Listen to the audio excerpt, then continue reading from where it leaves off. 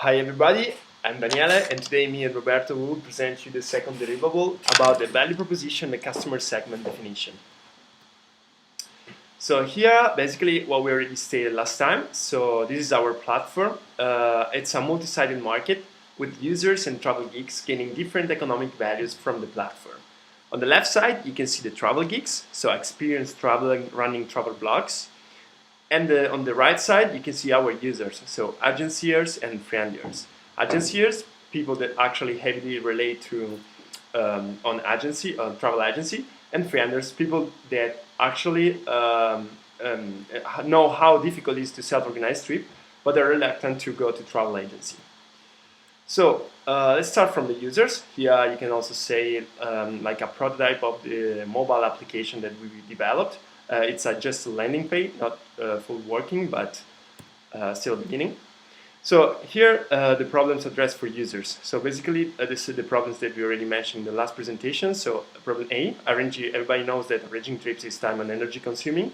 And most of the time when people is organizing trip, they know that they have like a lack of knowledge of destination, attraction and quality. And the current solution now are rely on friends' recommendation and the past itineraries and go to travel agency. But of course, there are some problems also related to travel agency. In particular, difficult to discriminate among the travel agencies. They are expensive. They have like indirect knowledge and local bias and inflexible travel arrangements. So such problems are heavier when we are talking about travelers of a certain commitment. For example, this travel that includes more than one destination outside of one's home country, they have a duration longer than 4 days, or they have like an adventurous inclination. So here the value proposition for our users. KOOBit basically, KOOBit purpose is to solve problem A, B, C at the same time. So KOOBit is able to offer a one-click book solution.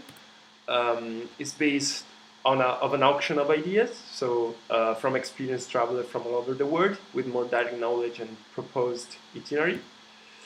And at a lower cost, it's actually a platform at a lower cost with respect to traditional travel agencies, offering more flexible travel arrangements, broader option, and feedback system to discriminate among the different travel geeks.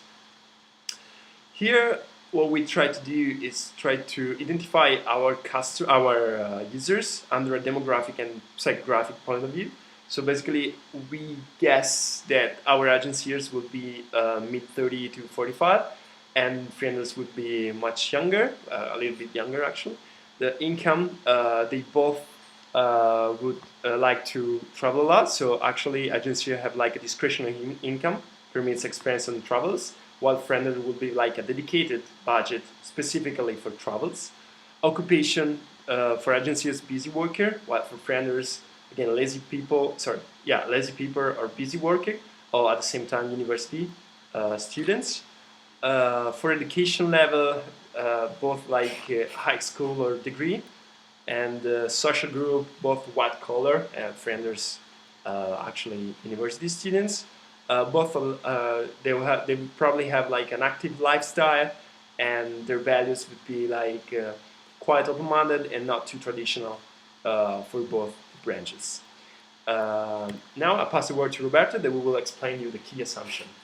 Hi guys, so as we saw before, we have these two sets of users, the agenciers and the friendiers. We have here a little description which is the same that we saw in slide 1. So agenciers are people that travel, that for travel itineraries of a certain commitment currently go to travel agencies, but for lower commitment trips book autonomously through the internet, while friendiers are people that acknowledge how difficult it is to self-organize a trip but are reluctant to go to travel agency. So we have a set of 7 assumptions, so 3 for the agenciers and 4 for the friendiers. Let's go through them quickly. So we have the agencier recognize the deficiencies of travel agency. They are open to online payments and would consider KOOBit as a valid substitute to travel agencies for trips of a certain commitment. For friendiers instead, we have that friendiers have used the internet for booking trips, also of a certain commitment, but remember how difficult and time-consuming it was. At the same time, they are used to online payments and would consider KOOBit as a valid alternative to existing online services to book their trips. Even if they are reluctant to go to travel agencies, they would be willing to pay a 5% service fee for the benefits provided by KOOBit. So here we have our 7 assumptions, and we have to find a way to validate them. So to understand if the way that we think our customer are is the real way they really are. So how to test these assumptions? We have some test methods to be carried out in a chronological order. At first, we'll have in-depth interviews, so one-to-one interviews with selected people that will allow us to go in depth, as the name says, with some details of their behavior.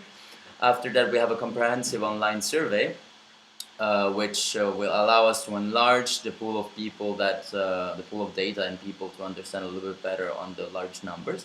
After these 2 parts, we'll have a market trial as a second stage.